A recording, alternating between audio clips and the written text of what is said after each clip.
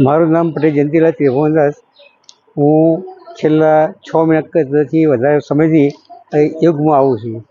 મને પહેલાં ઢીંચણની અંદર બહુ તકલીફ પડતી હતી, પણ આ યોગમાં આવ્યા પછી હું પલોઠી વાળીને બેસી શકું છું.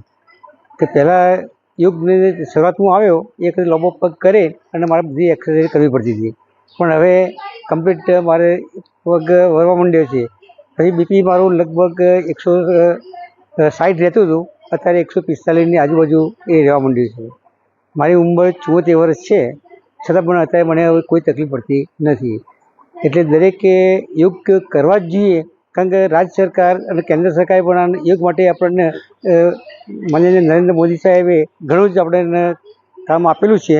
તો એ પ્રમાણે આપણે એને લગભગ 2019થી ચાલુ થાય છે, એટલે એની અંદર આપણે એ દરેકે સાથ સહકાર આપવો જોઈએ. એમાં 21મી જૂન એ આંતરરાષ્ટ્રીય દિવસ નક્કી કરેલો છે. એમાં પણ એ દરેકે એના જો યોગના ચાલતા હોય એ જગ્યાએ બધાએ જવું જોઈએ.